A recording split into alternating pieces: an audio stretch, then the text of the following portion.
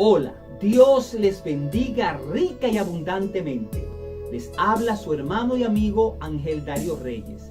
Damos gracias a Dios por esta oportunidad. En esta ocasión vamos a estar hablando sobre un hombre muy particular, un profeta muy particular, muy especial en las Sagradas Escrituras. El profeta Elías, conocido por muchos como el profeta de fuego, porque en par de ocasiones clamó a Dios para que descendiera fuego del cielo y fuego descendió. Vamos a estar hablando sobre el profeta Elías y, si Dios lo permite, estaremos haciendo una serie de videos concerniente a la persona y obra de este insigne profeta. Mis amados, la vida del profeta Elías comienza a plasmarse, a evidenciarse, a mostrarse en las Sagradas Escrituras a partir de Primera de Reyes capítulo 17, verso 1. En el versículo 1 es donde vemos por primera vez al profeta Elías. Se menciona por primera vez el profeta Elías y es presentándose ante el rey Acab, rey de Israel, para profetizarle sobre una gran sequía que habría de darse en Israel, que duró aproximadamente 3 años y medio. Y quiero destacar, quiero contextualizar que el reino de Israel estuvo unificado en sus 12 tribus durante cierto tiempo. A esta época se le conoció como el Reino Unido. 3 reyes gobernaron durante este tiempo: Saúl, David y Salomón, los 3 primeros reyes en la monarquía israelita. Ahora, tras la muerte de Salomón, el reino de Israel se dividió en 2. En la parte norte o septentrional se estableció lo que se conoció como el reino de Israel, o reino de las 10 tribus, o reino del norte. Se le quedó el nombre de Israel porque eran más tribus. De las 12 tribus, 10 se establecieron en la parte norte. Se le conoció como el reino de Israel. Ahora, en la parte sur se estableció el reino de las 2 tribus, o reino de Judá, o reino del sur. Y se conoció como reino de Judá porque la tribu de Judá fue la tribu más numerosa, más importante, amén, que más destacó de las 2 tribus que conformaron este reino. Quiero acotar que el primer rey del reino del norte fue Jeroboam, un antiguo funcionario del rey Salomón que vivió en Egipto durante un tiempo y luego regresó a la tierra de Israel tras la muerte de Salomón. Este exfuncionario del rey Salomón gobernó en el reino del norte. Fue el primer rey. Ahora, en el reino del sur, el primer rey fue Roboam, hijo de Salomón. La capital prevalente del reino del norte fue Samaria. Y la capital prevalente del reino del sur fue Jerusalén. Cuando digo prevalente, es que más prevaleció. Por ejemplo, en el reino del norte hubo varias capitales, como Siquem, por ejemplo, pero la que más prevaleció fue Samaria.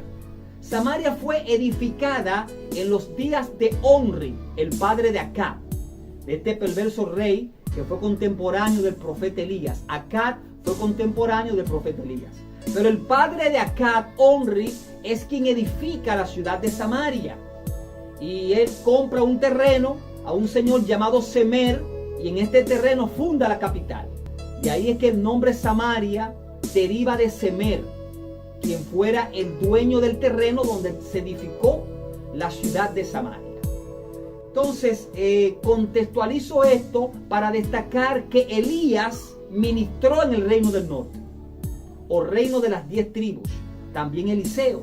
Hubo profetas que profetizaron en la parte sur, como Isaías, otros más.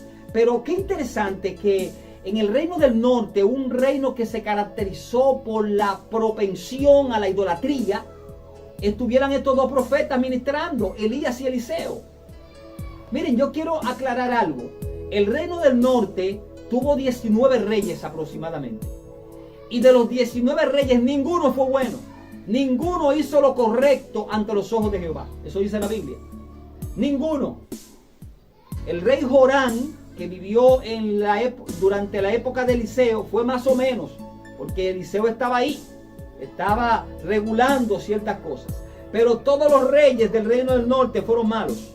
Ahora, en el reino del sur, o reino de Judá, hubo aproximadamente 20 reyes. De esos 20, 8 fueron buenos. Ahí están Ezequías, está Josafat, entre otros. Entonces, ¿qué resulta en el reino del norte? Es que ministra el profeta Elías. Mis amados, donde el pecado abunda, sobreabunda la gracia. Aleluya.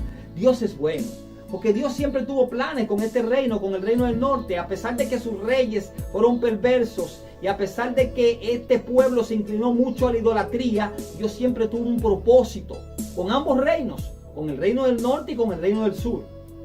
Mis amados, el profeta Elías profetiza durante la época del rey Acab y también otros reyes como Ocosías, hijo de Acab. Pero vamos a detenernos en el capítulo 17, porque como bien dije, vamos a hacer una serie de videos referentes a este profeta, que hablen sobre este profeta. Vamos a leer algunos versículos del capítulo 17 de Primera de Reyes. Elías profetiza la sequía. Bien, leemos la palabra del Señor. Entonces Elías Tisbita, que era de los moradores de Galaad, dijo a Acab: vive Jehová, Dios de Israel, en cuya presencia estoy, que no habrá lluvia ni rocío en estos años, sino por mi palabra. Vaya acotando esta expresión, sino por mi palabra. Y vino a él palabra de Jehová diciendo: apártate de aquí y vuélvete al oriente y escóndete en el arroyo de Querit, que está frente al Jordán. Beberás del arroyo, y yo he mandado a los cuervos que te den allí de comer. Y él fue e hizo conforme a la palabra de Jehová, pues se fue y vivió junto al arroyo de Querit, que está frente al Jordán. Y los cuervos le traían pan y carne por la mañana, y pan y carne por la tarde, y bebía del arroyo. Pasados algunos días se secó el arroyo, porque no había llovido sobre la tierra. Bendito sea el Señor.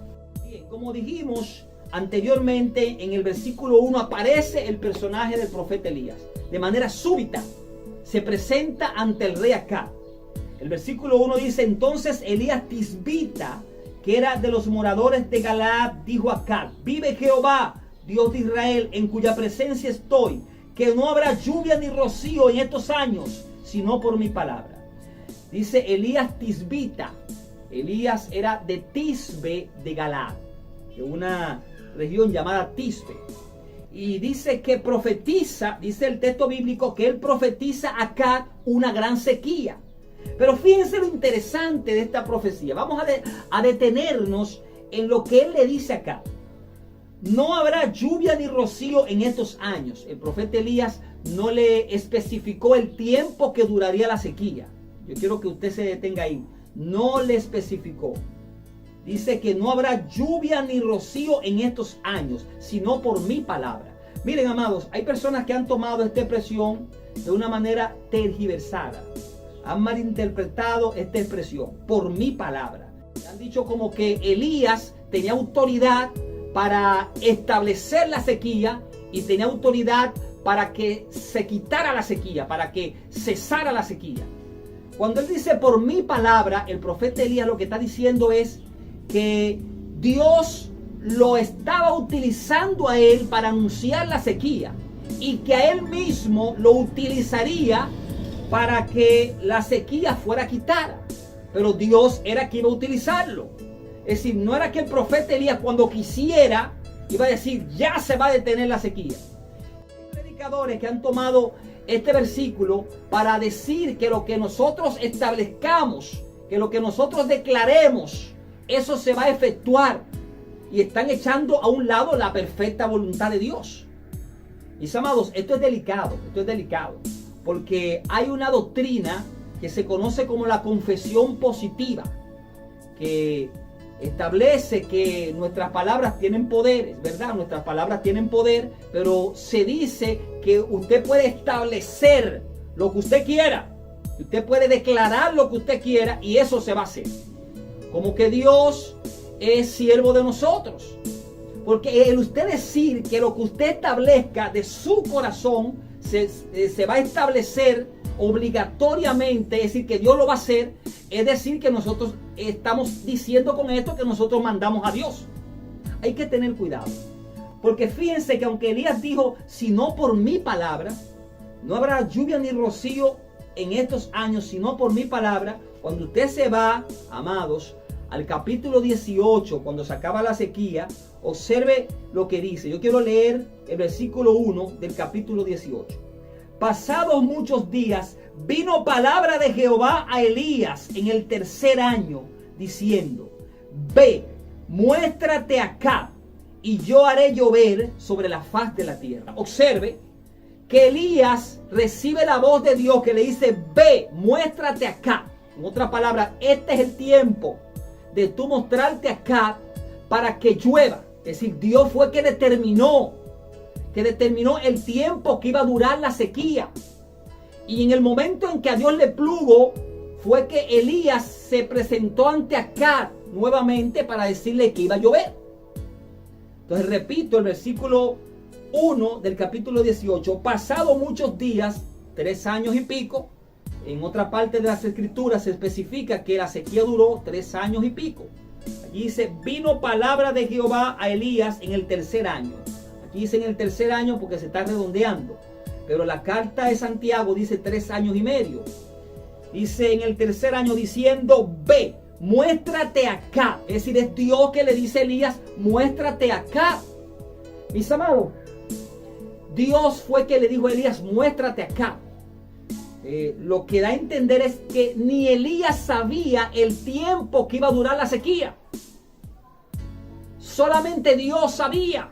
Y cuando llegó el tiempo perfecto de Dios, Dios le dice, muéstrate acá y yo haré llover sobre la faz de la tierra. Es decir, que no estaba en la potestad de Elías hacer cesar la sequía, como muchos han querido establecer.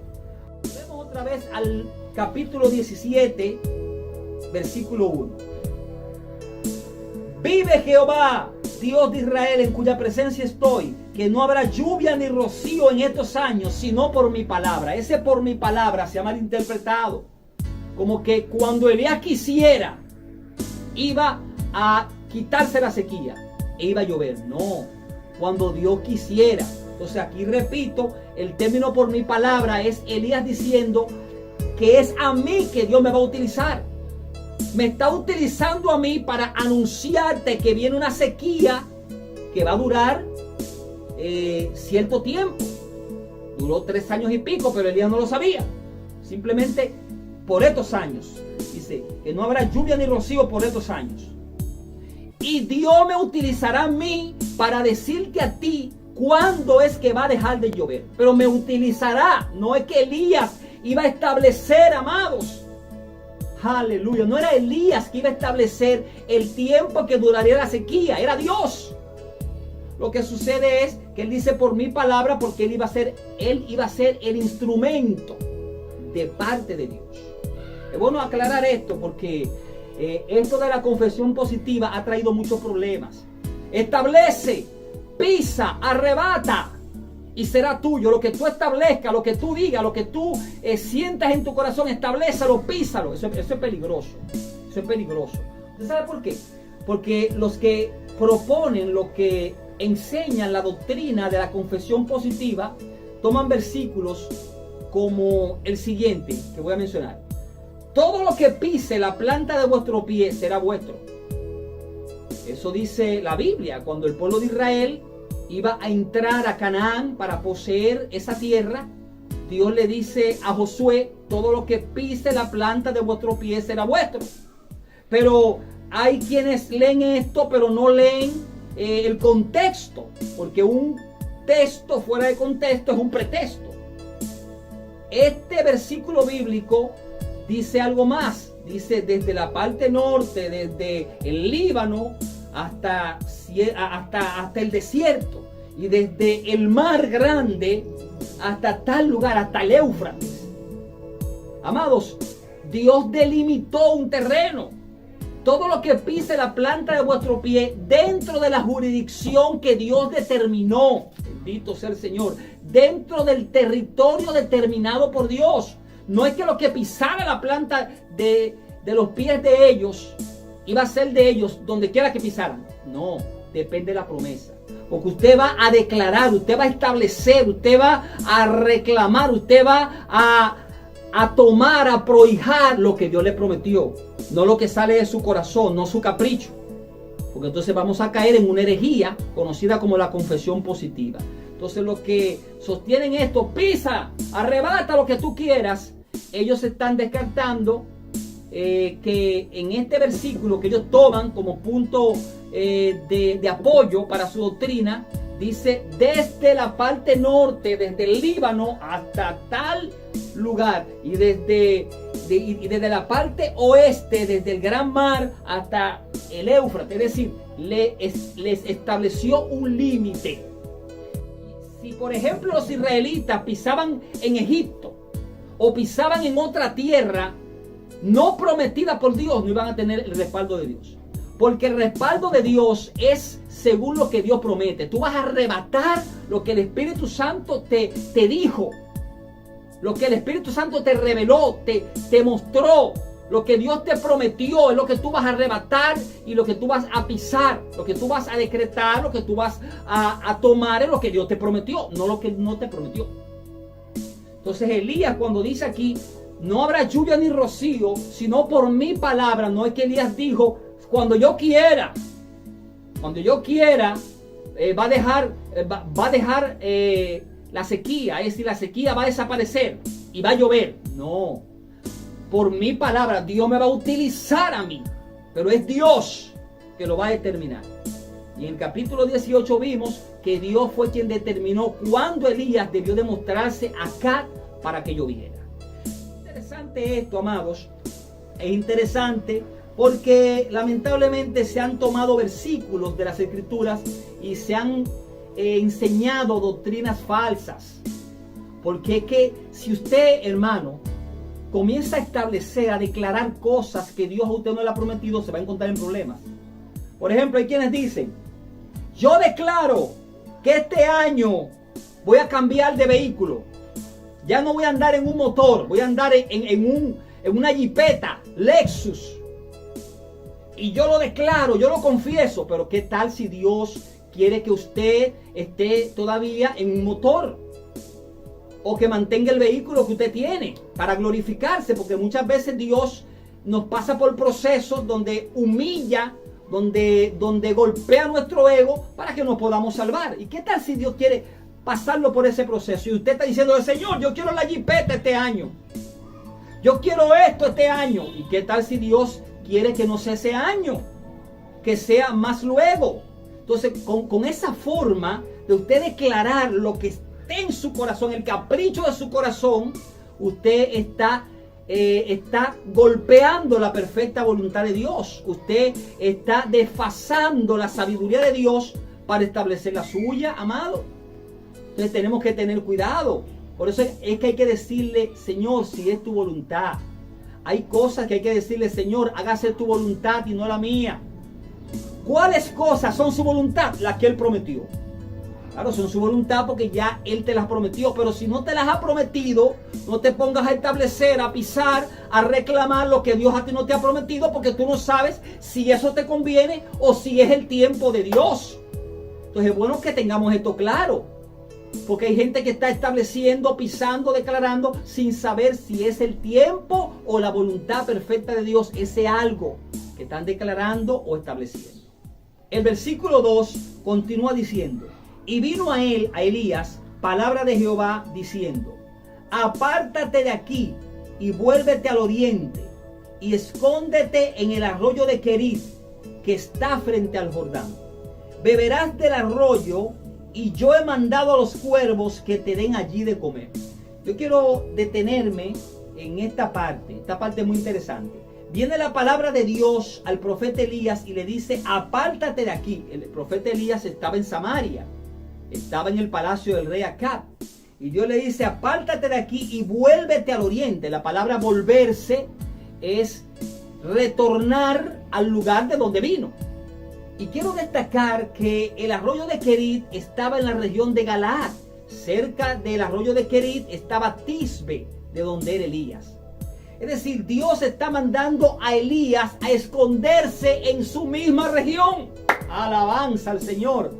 Es una paradoja, porque cuando alguien es buscado, por ejemplo, vamos a poner este ejemplo, un delincuente es buscado, lo buscan primero en su barrio, en su sector.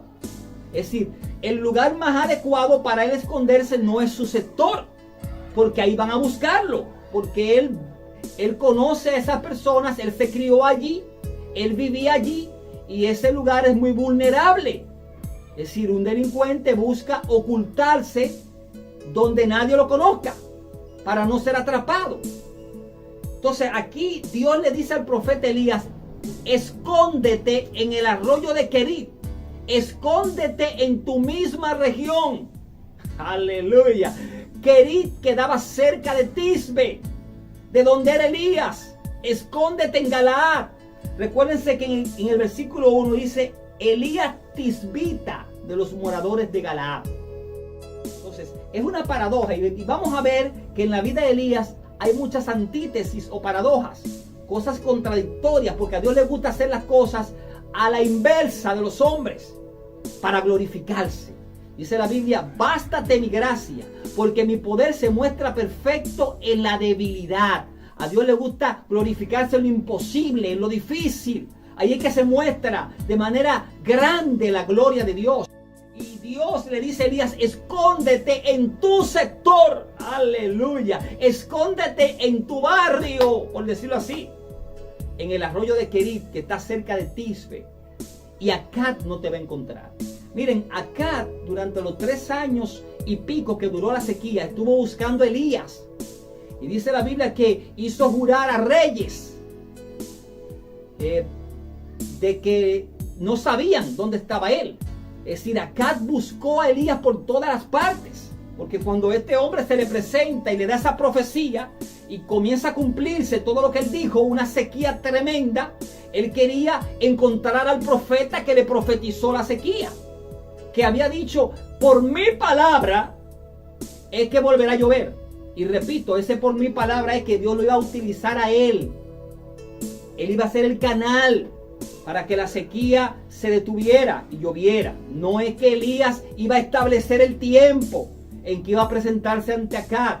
No es que Elías iba a decir: ya va a dejar de haber sequía, ya va a llover. No, no era Elías, era Dios. Elías simplemente fue un instrumento de Dios. Aclaro esto. Pero entonces esta parte hay que destacarla. Dios le dice: escóndete en el lugar más vulnerable, donde más se te puede buscar, donde más se te puede encontrar. Y allí no lo encontró Acab. Acab no lo encontró en el lugar donde más podía ser encontrado. Oigan las cosas del Señor, amados. Pero vemos algo también aquí muy interesante, y es que Él utiliza cuervos para alimentarlo. Aquí dice: beberás del arroyo, y yo he mandado a los cuervos que te den allí de comer. Y él fue e hizo conforme a la palabra de Jehová, pues fue y vivió junto al arroyo de Querit, que está frente al Jordán. Dice: y los cuervos le traían pan y carne por la mañana, y pan y carne por la tarde, y bebía del arroyo. Es interesante. Los cuervos comen carroña. ¿Cómo es posible que Dios utilice cuervos para alimentar al profeta? Los cuervos se llevarían la carne. ¿Cómo es posible que van a traerle carne y pan en vez de los cuervos comerse el pan y la carne? Animales carroñeros y animales que si ven pan o ven carne se la van a comer. Sin embargo, Dios utiliza a los cuervos para alimentar a Elías, porque Dios utiliza los medios menos esperados por los hombres. Así es que obra Dios. Miren, hay personas que han dicho, hay comentaristas bíblicos que han dicho que no eran cuervos, que no eran animales, sino que eran tribus. Y ellos se basan en el vocablo hebreo para cuervo. Y hay una discusión que si eran cuervos animales o era una tribu conocida como cuervos. Una tribu, una banda, una tribu. Hay una discusión en torno a esto. Pero yo quiero aclarar lo siguiente. Miren, prácticamente todas las versiones bíblicas, todas las traducciones bíblicas dicen cuervo. ¿Es casualidad esto? Yo quiero poner a pensar a los que sostienen que no fueron animales, que no fueron aves. ¿Por qué todas las traducciones bíblicas traducen cuervo? Traducen el concepto del animal conocido como cuervo. Miren, amados, debería aparecer una Biblia que diga banda, que diga tribu, pero no, todas las Biblias, tanto las más literales como las más parafraseadas, dicen cuervos. Y si usted va a las versiones inglesas, va a aparecer la palabra que en inglés significa cuervo, el animal que se conoce como cuervo. Si usted va a las traducciones francesas, a las traducciones italianas, a las traducciones portuguesas, a las traducciones en los diferentes idiomas vernáculos, va a encontrar el equivalente al animal que se conoce como cuervo. ¿Por qué los traductores bíblicos optan por poner el concepto del animal que se conoce como cuervo? Eran animales. Entonces hay personas que dicen que no, que porque la palabra hebrea que aquí se utiliza para cuervo también se utilizaba para unas bandas. Hay que ser cuidadosos, amados. Y cuando analizamos las escrituras tenemos a veces que valernos de diferentes traducciones. Entonces pregúntese usted por un momento, ¿por qué todos los traductores traducen cuervo?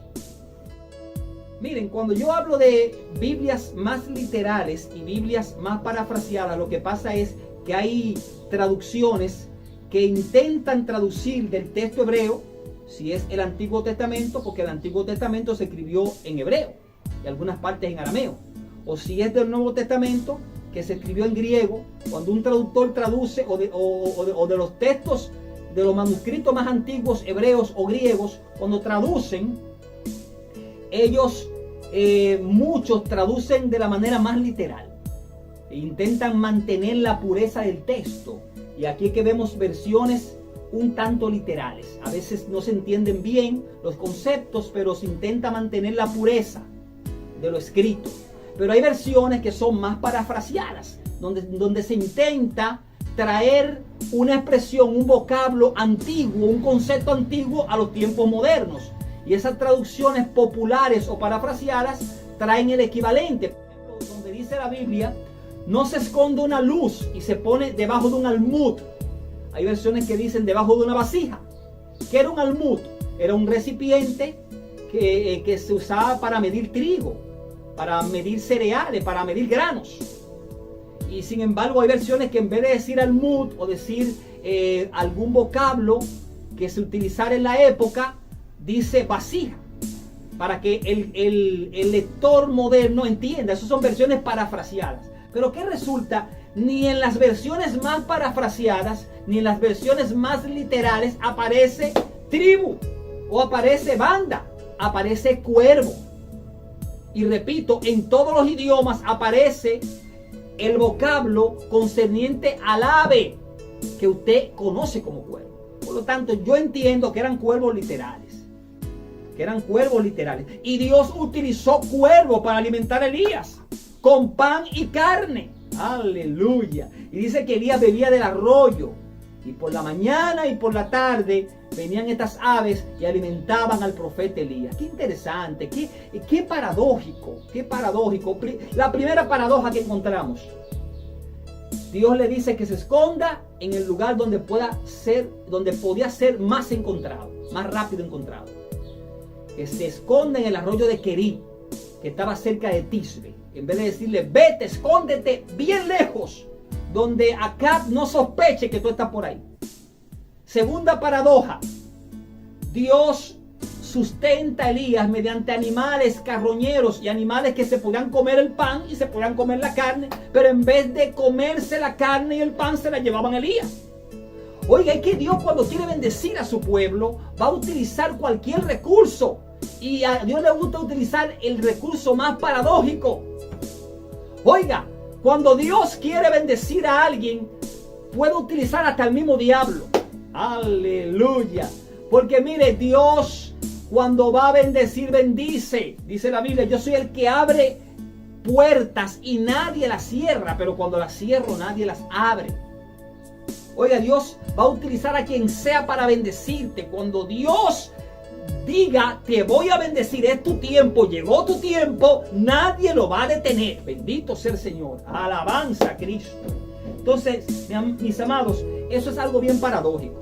Pero el versículo 7 dice algo interesante también. Dice, pasados algunos días se secó el arroyo porque no había llovido sobre la tierra. Ya la sequía comenzaba a sentirse profundamente en el reino del norte y en Samaria, la capital. Y dice que se secó el arroyo. Entonces aquí viene algo otra vez paradójico. Versículo 8. Vino luego a él palabra de Jehová diciendo, levántate, vete a Sarepta de Sidón y mora allí. He aquí yo he dado orden allí a una mujer viuda que te sustente. Aleluya. Ahora Dios le dice, se seca el arroyo y Dios le dice, vete a Sarepta de Sidón. Miren, yo quiero destacar esta tercera paradoja o antítesis. Dios le dice ahora, después que le dijo, ve, escóndete en tu sector, de donde tú eres, ve al arroyo de Querit, cerca de Tisbe, de donde tú eres, y allí Acab no te va a encontrar. Ahora le dice, vete a Sarepta de Sidón. Déjenme decirle que Jezabel, la esposa de Acab, que fue más perversa que el mismo Acab, que instaba a Acab a adorar dioses y a fomentar aún más la idolatría. Jezabel era de allá, era de Sidón. Su papá, Ed-Baal, era rey de los sidonios, sacerdote y rey de los sidonios, de Sidón. Miren qué interesante. Y Dios le dice, vete a Sarepta de Sidón. Vete a la tierra de Jezabel.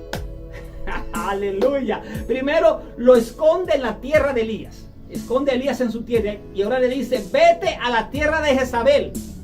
Y recuérdense que Acab, repito, estuvo buscando a Elías durante mucho tiempo. Durante todo el tiempo que transcurrió la sequía. Y no lo encontró. Y Dios le dice, vete ahora a Sarepta. ¿Por qué Dios lo envía a Sarepta de Sidón? Si esa era la tierra de Jezabel, podía ser encontrado allí. Corría peligro. No, Dios lo protegió. Si Dios manda a alguien, Dios protege. Si Dios manda a alguien, Dios respalda. Si Él te manda para un lugar y tú no entiendes, y tú dices, pero ese lugar es vulnerable, ese no es el lugar más adecuado. Ese es el lugar más adecuado, porque Dios no se equivoca. Cuando Dios habla, obedece. Dios no se equivoca. Dios le dice, vete a Sarepta de Sidón, de donde es Jezabel, y allí no te van a encontrar. Miren, aquí vemos otra paradoja, otra antítesis. Dios manda a Elías a la casa de una mujer viuda, una mujer pobre.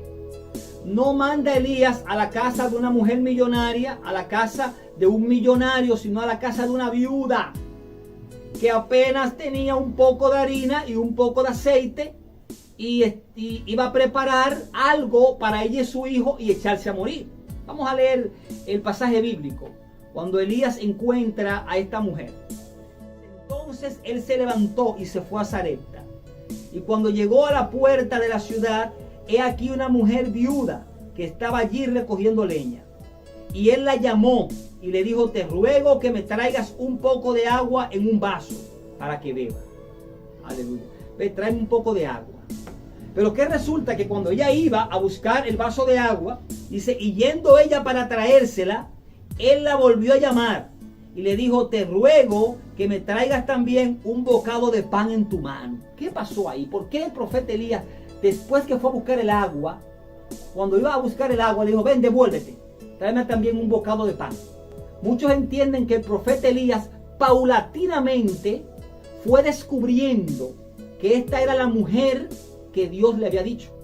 Porque Dios le dice, primero le dice, levántate, vete a Sarepta de Sidón y mora allí. He aquí yo he dado orden allí a una mujer viuda que te sustente. Muchos interpretan que cuando dice aquí que Dios le dio orden, no fue que la viuda escuchó la voz de Dios que le dijo, mira, va a venir un profeta, recíbelo. No, Es como que Dios llama las cosas que no son como si fueran. Es como diciendo, muchos interpretan que Dios lo que le estaba diciendo a Elías, ya yo preparé el terreno, ya yo preparé el lugar. Cuando tú vayas, te vas a encontrar con una mujer viuda y te va a sustentar. Pero muchos comentaristas interpretan que Dios no le había hablado directamente a la mujer viuda, sino que Dios había preparado el lugar. Y por eso vemos a Elías que primero le dice, tráeme un poco de agua. Esto se ve como circunstancial, como que esto pasó. Elías llega, ve a una mujer ahí y le pide un poco de agua. Pero cuando la mujer va a buscar agua, le dice, mira, vamos a hacer algo. Tráeme también un bocado de pan. Parece que Dios comenzó a revelarle, a decirle, mira, esta es la mujer de la cual yo te hablé. Aleluya. Es decir, que la revelación de Dios se fue dando paulatinamente. Y yo creo esto, yo creo que en verdad no fue que Dios le dijo a la mujer viuda, va a venir un hombre que tú vas a sustentar. No. Parece que Dios fue, que lo que pasó aquí fue que Dios allanó el terreno, allanó el lugar, allanó el escenario. Y cuando Elías entonces fue, las cosas se fueron dando conforme al plan de Dios. Y yendo ella para traérsela, él la volvió a llamar y le dijo, te ruego que me traigas también un bocado de pan en tu mano. Y ella respondió, vive Jehová tu Dios, que no tengo pan cocido, solamente un puñado de harina tengo en la tinaja y un poco de aceite en una vasija. Y ahora recogía 2 leños para entrar y prepararlo para mí y para mi hijo, para que lo comamos y nos dejemos morir. Aleluya. Oiga esto. Hay que obedecer aunque no entendamos a Dios. Cuando Dios te dice a ti, ve a tal lugar, ya el terreno está preparado. Antes que tú vayas, el terreno ya fue preparado, amados. Fue preparado. Y sigue diciendo, ella le dijo, no, Elías le dijo a ella, no tengas temor, ve, haz como has dicho, pero hazme a mí primero de ello una pequeña torta cocida debajo de la ceniza y tráemela. Y después harás para ti y para tu hijo. Parece como egoísta. No, Dios estaba mostrando aquí una lección. Primero honra a Dios. Dale a Dios primero. Dios en primer lugar. Mas buscad el reino de Dios y su justicia primeramente. Y las demás cosas serán añadidas. Y Elías le dice, hazme a mí primero una pequeña torta. Y le dice, ¿cómo? El profeta le dice, hazme una pequeña torta cocida debajo de la ceniza. Le dice de la manera como Elías la quiere. Aleluya. Hámela debajo de la ceniza. Hámela de esta forma. Y la mujer obedeció y honró a Dios y lo puso en primer lugar. Aunque la mujer tenía solamente un poco de harina, un poco de aceite, honró a Dios y le dio la primicia a Dios. Y fíjese, esta obediencia de la mujer fue honrada. Porque dice el texto bíblico, continúa diciendo, porque Jehová Dios de Israel, dice Elías de parte de Dios, porque Jehová Dios de Israel ha dicho así, la harina de la tinaja no escaseará, ni el aceite de la vasija disminuirá, hasta el día en que Jehová haga llover sobre la faz de la tierra. Aleluya. Entonces ella fue e hizo como le dijo Elías. Y comió él y ella y su casa muchos días.